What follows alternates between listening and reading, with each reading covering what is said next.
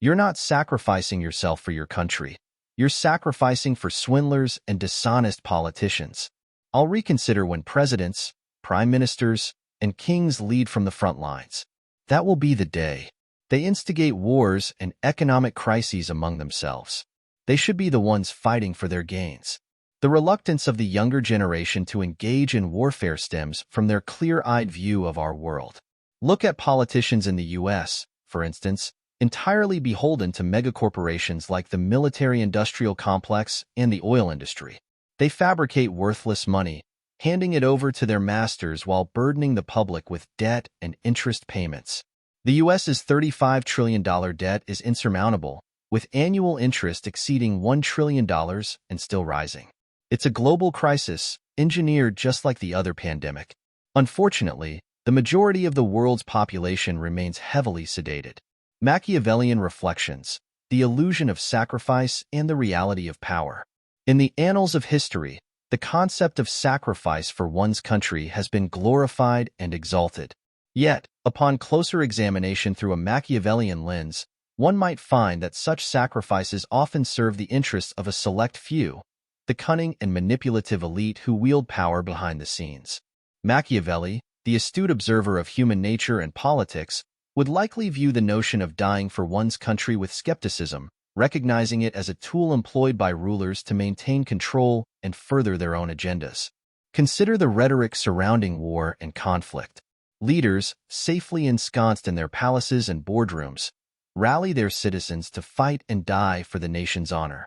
They extol the virtues of patriotism and duty, while conveniently sidestepping their own role in instigating and perpetuating conflicts. Machiavelli famously remarked, "It is better to be feared than loved," highlighting the pragmatic approach of rulers who prioritize power and self-preservation above all else. In this light, the call to arms becomes a means of consolidating authority and quelling dissent, rather than a noble crusade for justice or freedom. Take, for instance, the scenario of a young soldier marching off to battle, spurred on by lofty ideals of defending his homeland. In reality, he may be unwittingly serving the interests of corrupt politicians and war profiteers who stand to gain from the conflict. Machiavelli would recognize this as a classic case of manipulation, where the masses are manipulated into sacrificing their lives for the benefit of the ruling elite. The illusion of patriotism blinds individuals to the underlying machinations of power, allowing rulers to exploit their loyalty for personal gain.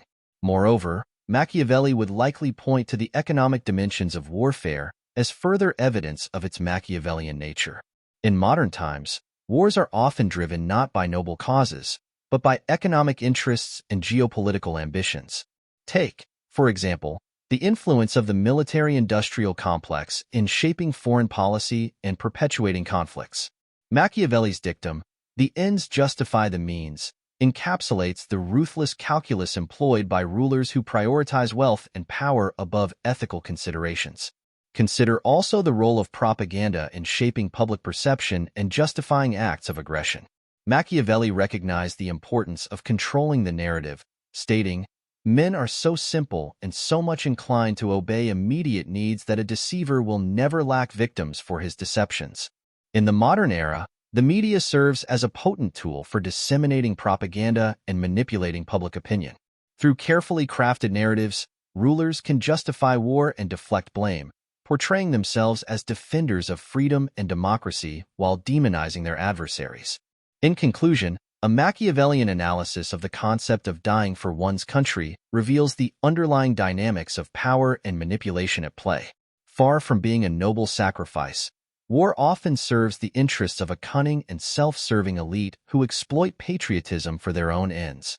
By questioning the motives behind calls to arms and scrutinizing the rhetoric of rulers, individuals can begin to see through the illusion of sacrifice and recognize the harsh realities of power politics. As Machiavelli himself astutely observed, politics have no relation to morals.